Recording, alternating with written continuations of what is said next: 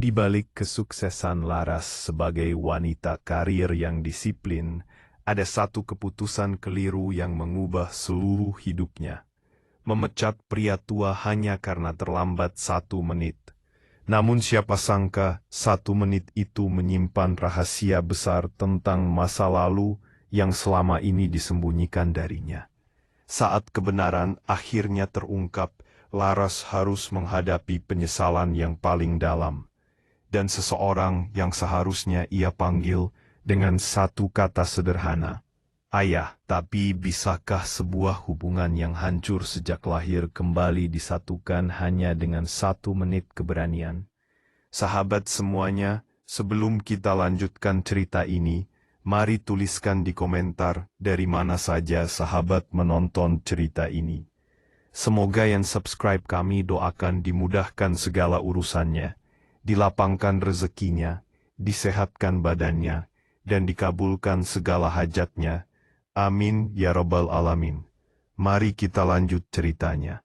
Pagi itu, kantor pusat Aruna Creative Agency tampak lebih sibuk dari biasanya. Para karyawan berlalu lalang membawa berkas, laptop, dan secangkir kopi panas yang mungkin menjadi penyelamat mereka di hari yang padat. Di tengah hiruk pikuk itu, Laras melangkah mantap memasuki lobi kantor. Sepatu hat tipisnya berderap tegas, nyari selaras dengan detak jarum jam analog besar yang tergantung di dinding. Tepat pukul, tidak lebih, tidak kurang. Bagi sebagian orang, 1 menit hanyalah sekedip mata. Tapi bagi Laras, 1 menit adalah waktu yang dapat meruntuhkan kredibilitas seseorang. Dia bukan orang yang tumbuh dengan banyak kemudahan. Masa perkuliahannya penuh perjuangan. Menijling 4 pekerjaan sambilan agar bisa membayar kos, makan dan biaya semester. Karena itu, ketika akhirnya, ia berhasil duduk di kursi maner di usia yang jauh lebih muda daripada mayoritas koleganya, Laras bertekad untuk tidak memberi ruang pada kelalaian sekecil apapun. Disiplin adalah alasan ia bisa sejauh ini. Dan disiplin pula yang kini ia tuntut dari semua orang di sekitarnya. Sambil berjalan melewati meja-meja kerja, Laras mengangguk singkat kepada karyawan yang menyapanya. Tatapannya tajam namun terkontrol, mencerminkan karakter perempuan muda yang tahu apa yang ia inginkan dan bagaimana cara mencapainya. Rambutnya tersanggul rapi, kemejanya tanpa satun kerutan, dan jam tangan peraknya berkilat setiap kali tertimpa lampu kantor. Perfeksionis, itulah kata yang sering disematkan orang pada dirinya. Dan, jujur saja, Laras tidak keberatan dengan itu. Begitu mencapai ruangannya, ia segera menyalakan laptop, memeriksa ulang jadwal rapat pagi, dan menandai beberapa tugas yang harus diprioritaskan. Semua berjalan seperti biasa, hingga suara ketukan pintu yang tergesa-gesa membuatnya mengangkat kepala. Seorang staf HR Nita muncul di ambang pintu, raut wajahnya tampak makan canggung. Bu Laras. Maaf, pegawai cleaning service, Pak Surya sepertinya baru saja datang. Musik, dahi Laras mengernyit otomatis. Sekarang pukul berapa? 81 Bu. 1 menit. Hanya, musik, 1 menit. Namun alur kerja sudah jelas. Semua pegawai masuk pukul poin-poin tepat. Tidak ada pengecualian. Musik.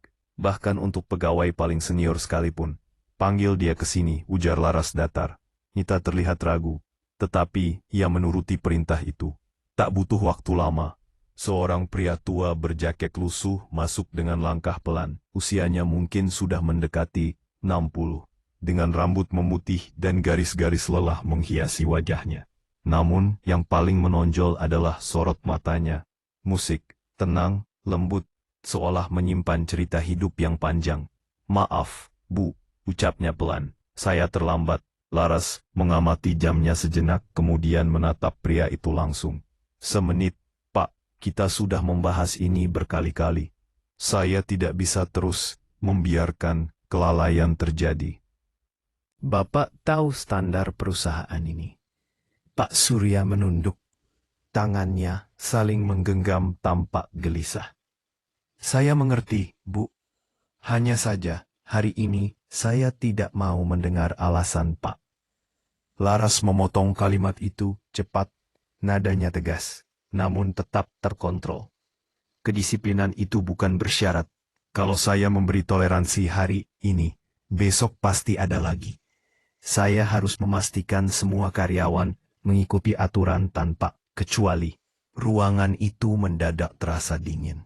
Bahkan suara AC pun seakan menghilang. Pak Surya tidak membantah. Ia hanya menatap lantai beberapa detik sebelum pelan-pelan mengangkat wajah dan menatap Laras. Tatapan itu bukan tatapan marah, atau menuntut, atau penuh pembelaan.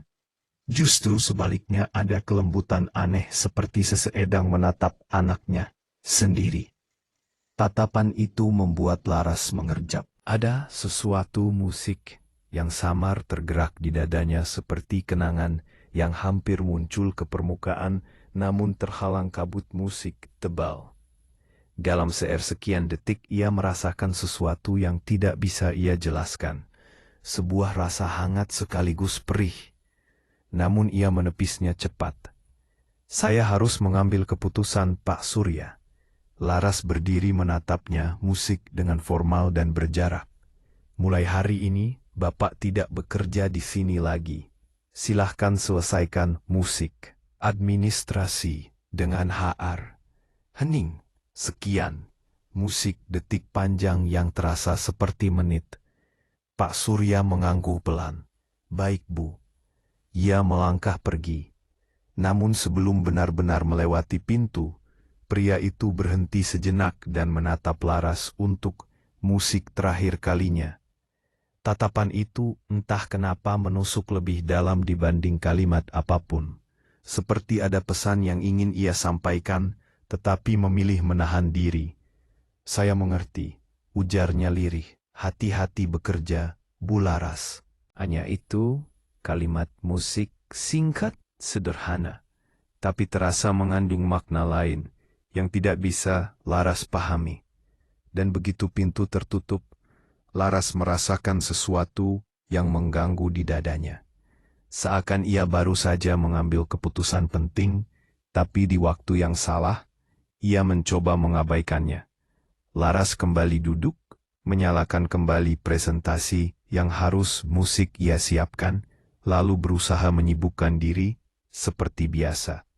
Tapi pikirannya kembali ke tatapan musik itu, tatapan yang terlalu familiar. Padahal ia yakin tidak pernah benar-benar mengenal pria itu. Kenapa dia melihatku seperti itu? Pertanyaan itu berulang kali muncul, menyeruak di antara pikirannya tentang laporan musik dan strategi pemasaran. Rasanya absurd, tapi Laras musik tidak bisa menghilangkannya begitu saja. Beberapa jam kemudian, saat sedang mengecek desain kampanye terbaru, Laras mendengar bisikan-bisikan kecil di luar ruangan. Suara beberapa karyawan membicarakan musik pemecatan pagi itu. Beberapa terlihat kasihan. Beberapa lainnya terlihat was-was, seakan takut kesalahan sekecil apapun akan membuat mereka turut kehilangan pekerjaan. Biasanya Laras tidak peduli dengan opini kantor, tapi kali ini ia merasa tidak nyaman. Kenapa harus begitu? Apa aku terlalu keras? Ia membuang napas panjang dan bersandar di kursinya. Kedua matanya terpejam. Untuk pertama kalinya dalam beberapa bulan, ia merasa tidak yakin dengan keputusannya sendiri. Bayangan wajah Pak Surya dengan senyum lelah dan mata teduh itu terus muncul. Ada rasa familiar yang ia benci karena tidak bisa ia jelaskan. Seolah ia pernah melihat sorot mata itu di tempat lain. Entah kapan. Siang hari, saat ia turun ke pantry untuk mengambil kopi, Laras tanpa sengaja melihat meja sudut tempat Pak Surya sering menaruh kotak alat kebersihan. Meja itu sudah kosong. Hanya tersisa kain lap tua yang tertinggal. Seolah ditinggalkan tergesa-gesa. Benda itu membuat dadanya kembali berdenyut. Aneh. Bu Laras panggil seseorang dari belakang. Raffi, salah satu tim kreatifnya. Presentasi kita untuk klien jam Ya, oh iya, siap, jawab Laras. Tidak sepenuhnya fokus. Raffi yang cukup pike menatapnya beberapa detik. Ibu enggak apa-apa kan? Laras hampir menjawab baik-baik saja. Tapi mulutnya menutup sendiri. Ia tidak tahu kenapa. Mungkin karena untuk pertama kalinya, ia memang tidak sedang baik-baik saja.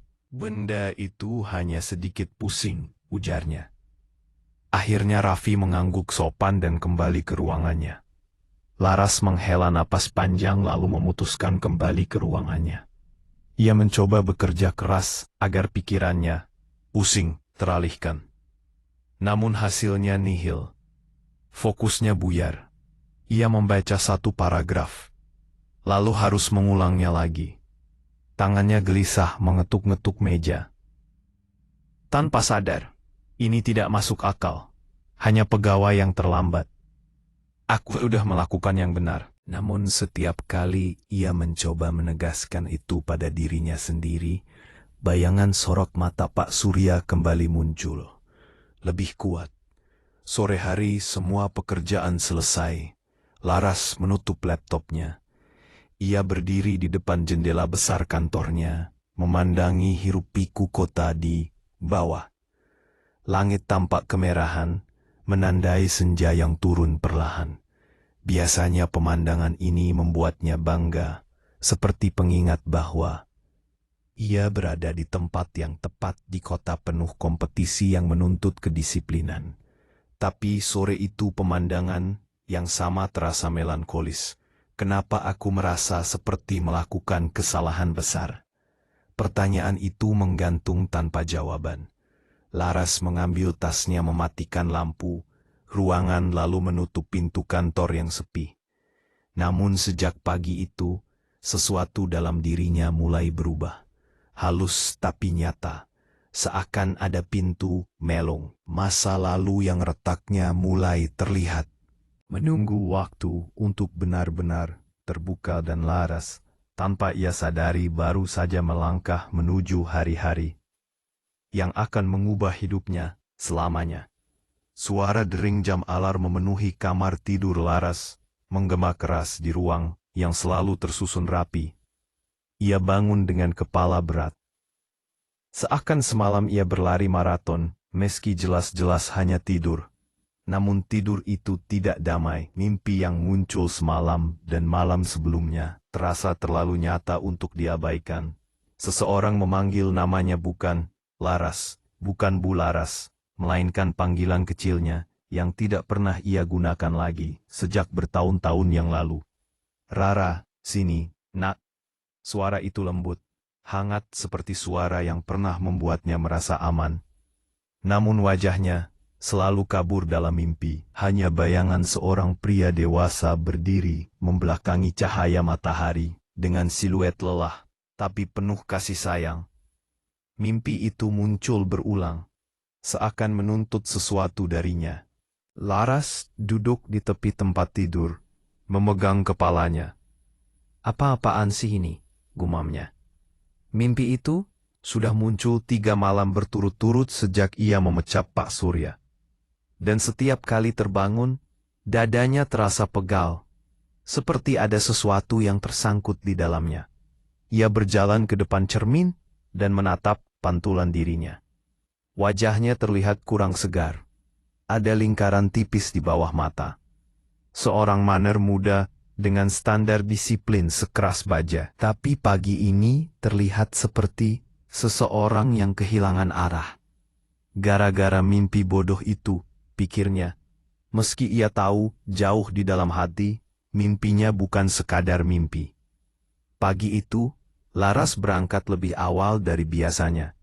Bukan karena semangat, tapi karena ia tidak tahan berlama-lama berdiam di pipi. Rumah yang senyap itu, rumah yang hanya diisi dirinya dan ibunya.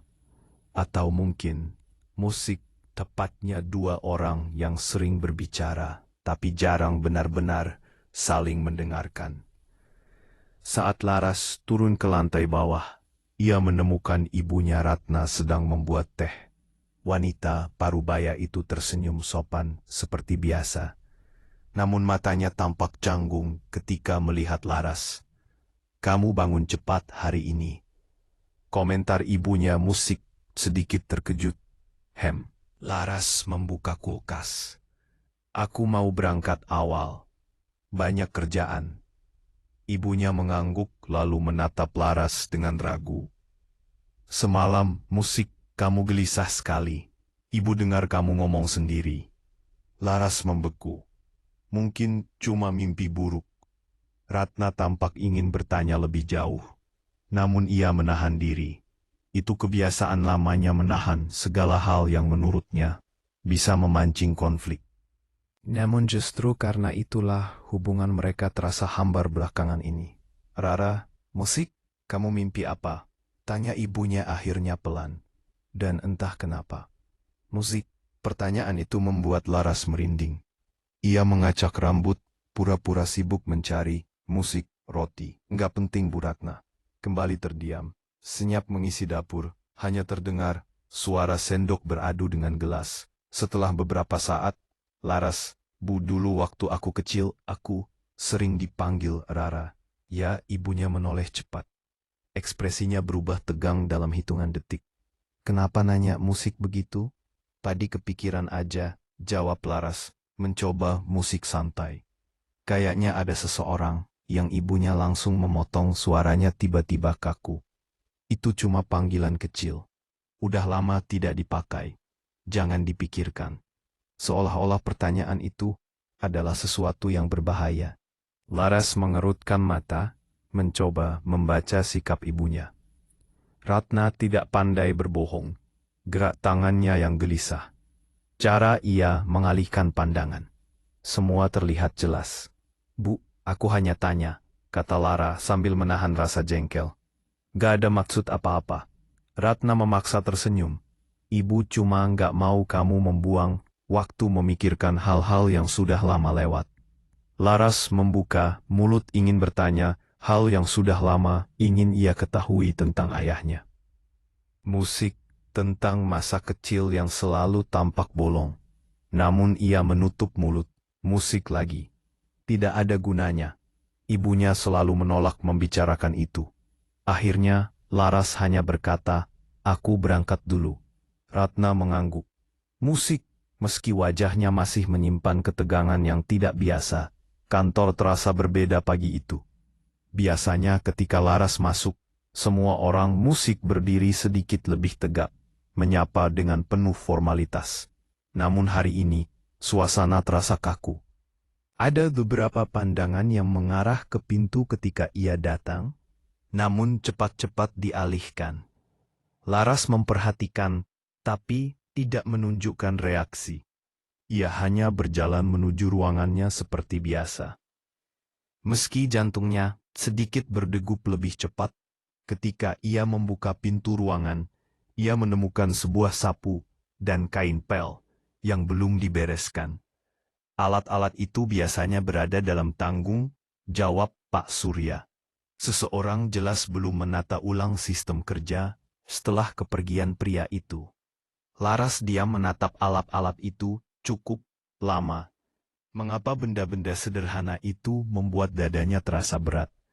Di benaknya terlintas kembali tatapan terakhir Pak Surya sebelum ia pergi. "Hati-hati bekerja, Bu Laras."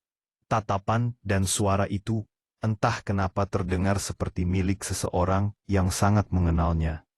Terlalu mengenalnya. Laras menghela napas dan memutuskan memanggil HR. Namun Musik, sebelum dia dapat melakukannya, Nita mengetuk pintu dan masuk dengan guguk. "Bu, maaf, saya mau lapor. Banyak karyawan yang ia merasa sedih soal Pak Surya." Laras mengerutkan kening. "Kenapa dilaporkan Musik ke saya?" Nita menelan ludah. "Karena bapak itu sudah bekerja di sini hampir 10 tahun, Bu." Jadi, beberapa orang agak syok. Ada jeda. Ruangan itu hening kecuali suara AC. "Baik," jawab Laras. "Akhirnya, Musik kalau ada keluhan resmi, suruh mereka lapor di HR, bukan ke saya." Nita mengangguk. Musik dan buru-buru keluar. Namun sebelum pintu menutup, Laras sempat melihat ekspresi ragu di wajahnya. Musik. Ekspresi yang sudah ia lihat di beberapa karyawan lain hari ini. Mereka memandangnya berbeda. Biasanya Laras tidak musik peduli. Tetapi kali ini ia merasakan gelisah menyelinap masuk. Hari berjalan lambat. Laras musik berusaha fokus pada rapat dan presentasi. Namun konsentrasinya pecah berkali-kali. Setiap suara berisi kecil membuatnya teringat suara langkah Pak Surya. Musik. Setiap sudut kantor mengingatkannya pada pria itu di mana ia membersihkan lantai, mengangkat kardus atau tersenyum. Musik canggung ketika karyawan mengajaknya berbicara, dan setiap kali wajah Pak Surya muncul dalam pikirannya, musik, rasa familiar itu kembali menusuk. Di tengah rapat ia bahkan sempat kehilangan fokus ketika mendengar seseorang di luar menyebut nama Surya. Ia tersentak. Padahal itu musik, hanya seorang klien bernama Surya yang hadir via Zoom. Setelah rapat selesai, Laras kembali ke ruangannya dan menutup pintu. Mungkin aku cuma capek, gumamnya mencoba menenangkan diri. Tapi jauh dalam dirinya, ia tahu ada sesuatu yang lebih besar sedang bergerak. Sore hari Laras memutuskan pulang lebih cepat. Ia butuh udara segar, butuh ruang untuk berpikir. Namun ketika ia sampai di rumah, Ratna sedang duduk di ruang keluarga sambil menonton televisi. Ketika Laras masuk, ibunya langsung menoleh. Musik, seolah menunggu momen itu. Kamu kelihatan lelah, komentar Ratna. Ada masalah di kantor? Laras ingin menjawab tidak. Tapi ia teringat tatapan ibunya tadi, musik pagi. Teringat bagaimana ibunya bereaksi ketika ia bertanya tentang panggilan masa kecilnya. Musik. Ibu Laras duduk perlahan. Aku cuma mau tanya dulu waktu. Aku kecil apa aku seringnya sama orang lain selain ibu. Musik. Ratna langsung menegang. Maksudmu, aku merasa. Ada seseorang, lanjut Laras lirih.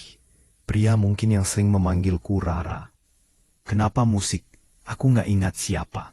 Ratna berdiri begitu cepat hingga remote TV, musik, terjatuh. Laras, stop. Suaranya gemetar. Musik, topik itu sudah lama selesai. Bu Laras menatap ibunya. Kenapa ibu selalu menghindar? Ratna diam.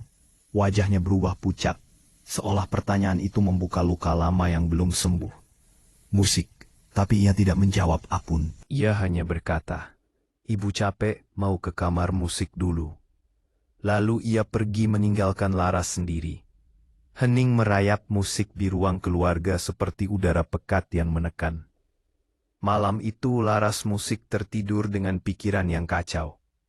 Namun mimpi itu kembali datang. Suara yang sama, panggilan musik yang sama. Rara, sini nak.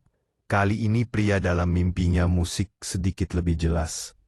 Ia melihat garis rahang yang tegas, tangan bersih, musik dengan sedikit nodait, dan senyum hangat yang entah kenapa terasa sangat dikenal.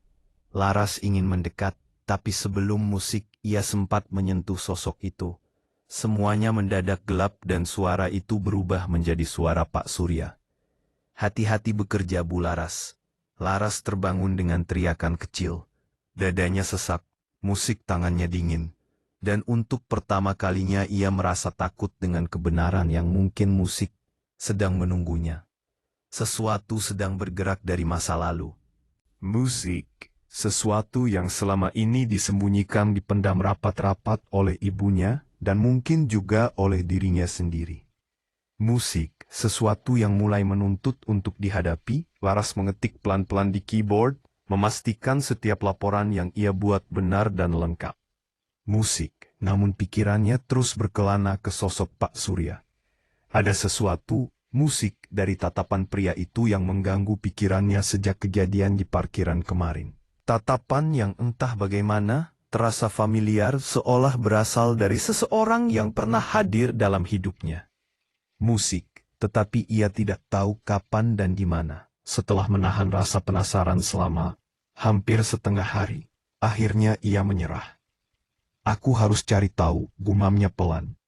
Memastikan rekan-rekan di sekitar tidak mendengarnya. Ia membuka database internal kantor, bukan musik tindakan ilegal. karena data yang diaksesnya adalah data umum karyawan. Nama, musik, Surya Adi Pratama, muncul di layar. Laras membacanya perlahan, berharap menemukan sesuatu yang dapat menjawab rasa penasaran yang sejak kemarin menempel di kepalanya seperti bayangan tak mau pergi. Usia 47 tahun, status menikah. Istri meninggal, musik 10 tahun lalu. Alamat posisi sopir senior direksi, musik, sejak 12 tahun lalu. Tidak ada yang aneh, tidak ada informasi yang mengejutkan. Tidak ada juga foto masa mudanya di musik, sistem perusahaan. Semuanya tampak biasa. Terlalu biasa untuk seseorang yang memandangnya seolah menyimpan cerita yang tak pernah diceritakan. Musik, Laras menyandarkan punggung ke kursi sambil menghela napas. Kenapa aku, musik? Merasa dia seperti mengenalku, ia tidak menemukan jawabannya dari layar komputer. Musik, jadi ia memutuskan mencari dari tempat paling klasik, orang yang tahu segala gosip kantor. Ya, siapa lagi kalau bukan Pak Seno, of B, yang sudah bekerja di perusahaan sejak gedung itu, musik, didirikan. Lelaki tua ramah itu bahkan hafal setiap karyawan dari masa ke masa. Termasuk yang sudah keluar bertahun-tahun lalu. Laras menunggu jam istirahat siang sebelum berjalan menuju pantry. Benar saja, Pak Seno sedang menyapu lantai sambil bersenandung. Pak Seno, panggil Laras sedikit pelan. Pria tua itu menoleh, senyum ramahnya mengembang. Iya, Mbak Laras, ada yang bisa dibantu? Aku mau tanya soal Pak Surya. Senyum Pak Seno langsung berubah. Subtil, tapi Laras menangkapnya. Kenapa Mbak? Enggak kenapa-kenapa, cuma penasaran. Soalnya beliau kelihatan pendiam banget. Pak Seno menatapnya sejenak, seolah menimbang apakah pertanyaan itu layak dijawab. Apa beliau memang dari dulu begitu? Tanya Laras lagi, berusaha terdengar santai. Iya, jawab Pak Seno. Akhirnya Pak Surya memang orangnya pendiam. Bekerja pulang enggak banyak bicara, tapi orangnya baik, sering bantuin saya kalau lagi angkat barang berat. Jarang orang kayak gitu di kantor ini. Musik, Laras mengangguk pelan. Oh gitu, tapi Pak Seno menghentikan gerakan menyapunya, menatap Laras lebih lama. Beliau belakangan ini sering saya lihat berubah. Laras menajamkan telinganya. Berubah gimana? Sering melamun, sering berdiri di dekat parkiran sambil lihat ke arah gedung. Kayak lagi nyari seseorang. Saya tanya, jawabnya cuman senyum. Nggak mau cerita. Detak jantung Laras bertambah cepat. Dan lucunya, Pak Seno tertawa kecil. Beberapa kali saya lihat beliau tiba-tiba kaku kalau lihat Mbak Laras lewat. Laras langsung menegakkan tubuhnya. Maksudnya kayak, gimana ya? Kayak orang yang baru lihat hantu masa lalu. Diam terpaku, matanya ngikutin. Tapi bukan karena aneh. Lebih kayak bingung. Bingung. Kenapa harus bingung melihatnya? Laras. P. Tersenyum Kiku lalu mengucapkan terima kasih. Ia kembali ke mejanya dengan kepala penuh tanya. Hari itu musik berjalan lambat. Laras beberapa kali ingin menemui Pak Surya secara langsung. Tetapi setiap ia bertemu, ia justru musik gugup sendiri. Tatapan itu, tatapan yang terasa musik begitu dalam. Tatapan yang seperti sedang mengukur sesuatu dalam dirinya. Saat musik hari kerja selesai, Laras turun ke basement untuk mengambil motor. Tapi ia berhenti di tangga terakhir ketika melihat Pak Surya musik sedang berdiri sendirian di dekat mobil dinas. Menatap jalan keluar Basem. Diam tak bergerak, seolah musik memikirkan sesuatu yang berat. Pak Surya Laras memberanikan diri memanggil. Pria itu tersentak, musik pelan, dan langsung menunduk. Mbak Laras sudah mau pulang? Tanyanya sopan. Iya Pak. Bapak nggak apa-apa. Dari tadi kayaknya lagi Musik mikir sesuatu. Pak Surya terdiam. Ada kilasan aneh di matanya sebelum ia menggeleng. Gak apa-apa, Mbak. Cuma banyak pikiran. Laras ingin bertanya lebih jauh, tapi ia menahan diri. Hanya tersenyum lalu berjalan menuju motornya. Ia bisa merasakan tatapan Pak Surya yang mengikuti langkahnya. Sampai ia menyalakan mesin motor. Mengapa tatapan itu terasa seperti menahan sesuatu? Seperti menyimpan sebuah kisah yang belum terungkap. Malam itu, Laras tidur sambil memikirkan hal-hal yang seharusnya tidak ia pedulikan. Tentang tatapan Pak Surya, tentang perubahan sikapnya, tentang misteri kecil yang muncul sejak kecelakaan kecil kemarin. Dan seperti malam sebelumnya, mimpi itu kembali datang. Tapi kali ini lebih jelas. Mimpi. Ia melihat dirinya kecil, mungkin usia 4 tahun, menangis ketakutan. Ada puing-puing bangunan, suara sirene, dan seorang lelaki menggendongnya erat. Lelaki itu berkeringat, napasnya terengah, tapi ia terus berlari sambil memeluk Laras kecil sekuat tenaga. Ia menatap Laras kecil dengan wajah tegang. Musik, namun penuh kasih. Wajah itu. Laras hampir bisa melihatnya jelas ketika tiba-tiba terdengar suara perempuan dewasa berteriak, musik, di kejauhan. Surya, bawa anakku ke sini cepat. Suara itu, musik suara ibunya. Suara yang sama yang selama bertahun-tahun meninabobokannya dengan cerita masa kecil penuh kebahagiaan. Musik. Tapi kenapa ibunya memanggil nama Surya? Laras dalam mimpinya menoleh mencari asal suara. Musik. Tetapi tiba-tiba dunia di sekitarnya berputar, berubah menjadi kabur, lalu gelap. Ia terbangun dengan napas memburu. Keringat dingin membasahi leher dan punggungnya. Musik. Lampu kamar redup dan jam di dinding menunjukkan pukul 2.47. Kenapa namanya Surya? Laras berbisik di tengah gelap kamar. Kenapa ibuku teriak, manggil nama itu? Musik. Ia memegangi kepalanya, mencoba mengingat mimpi itu detail demi detail. Seorang lelaki menggendongnya. Suara ibunya berteriak. Nama yang disebut Surya. Surya. Apa itu hanya kebetulan atau benar-benar berkaitan? Jantung Laras kembali berdetak cepat ketika pikiran itu muncul. Bagaimana kalau Pak Surya yang bekerja di kantornya adalah lelaki yang ada di mimpinya? Tapi tidak mungkin. Itu pasti hanya mimpi acak. Hanya halusinasi karena ia terlalu sering memikirkan Pak Surya. Tapi wajah itu meski samar, rasanya begitu familiar. Laras memejamkan mata, mencoba mengembalikan potongan-potongan mimpi itu. Dan saat wajah lelaki itu perlahan muncul dalam ingatannya, tubuhnya merinding. Wajah itu bukan wajah asing, bukan wajah yang baru ia lihat kemarin. Wajah itu seperti wajah yang pernah hadir. Jauh sebelum ia bisa mengingat apapun dari masa kecilnya, Laras menelan ludah. Ada sensasi dingin menjalari tengkuknya. Ini bukan lagi rasa penasaran biasa. Ini mulai terasa seperti pintu masa lalu yang perlahan terbuka. Pintu yang selama ini mungkin sengaja ditutup rapat oleh seseorang. Musik. Dan seseorang itu mungkin bukan dirinya. Kenapa ibu nggak pernah cerita apa-apa? Musiknya lirih. Ia menatap langit-langit kamar. Pikirannya berputar liar pertanyaan peran. Jawaban. Tentang masa kecilnya. Tentang Pak Surya. Tentang nama itu Surya. Satu hal, musik. Kini pasti mimpi itu bukan sekadar mimpi dan tatapan. Musik Pak Surya mungkin bukan tatapan orang asing.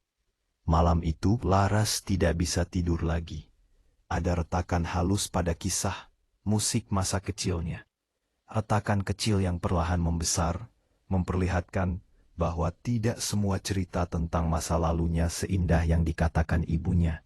Dan retakan itu, musik, baru saja mulai terlihat.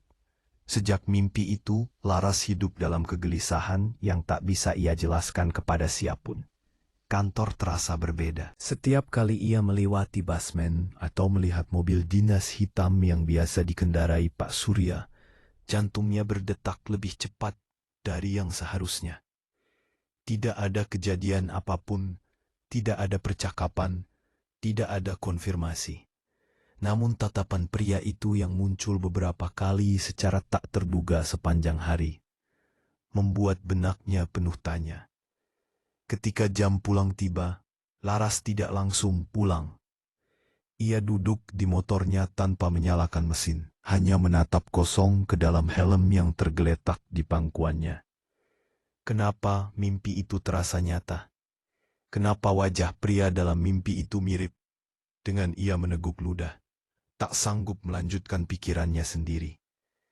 Sudahlah, Laras, mungkin cuma kebetulan. Gumamnya meski hatinya jelas menolak penjelasan sederhana itu.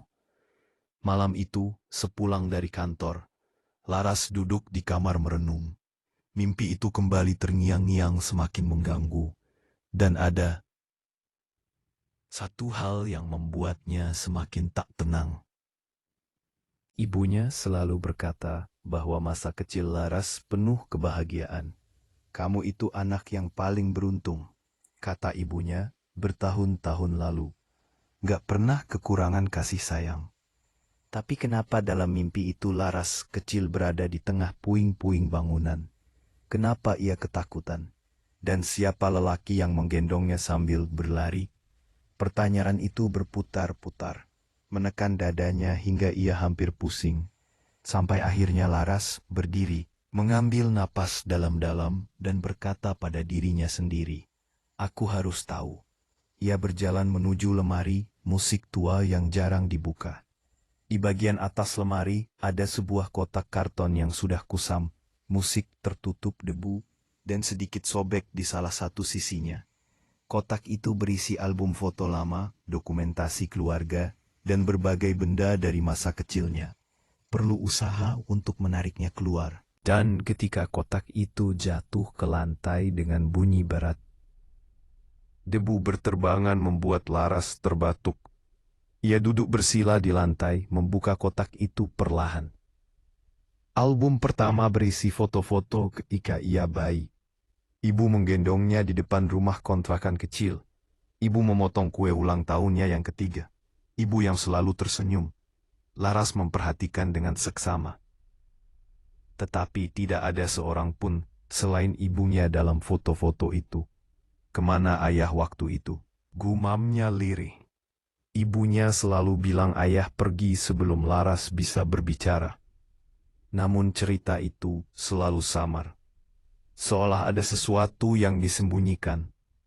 Laras mengambil album berikutnya. Foto-foto ketika ia TK dan SD ulang tahun jalan-jalan ke pantai. Semua sama. Hanya ia dan ibunya. Tidak pernah ada sosok pria lain. Tidak ada ayah. Tidak ada keluarga lain. Tidak ada siapa-siapa.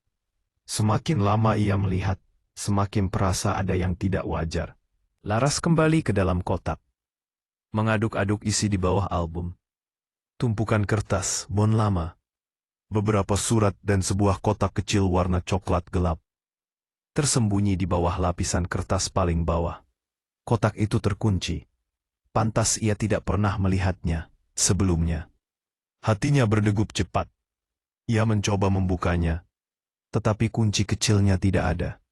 Setelah berusaha beberapa kali, ia akhirnya menemukan kunci mungil tergantung pada tali lusuh di dalam kotak besar.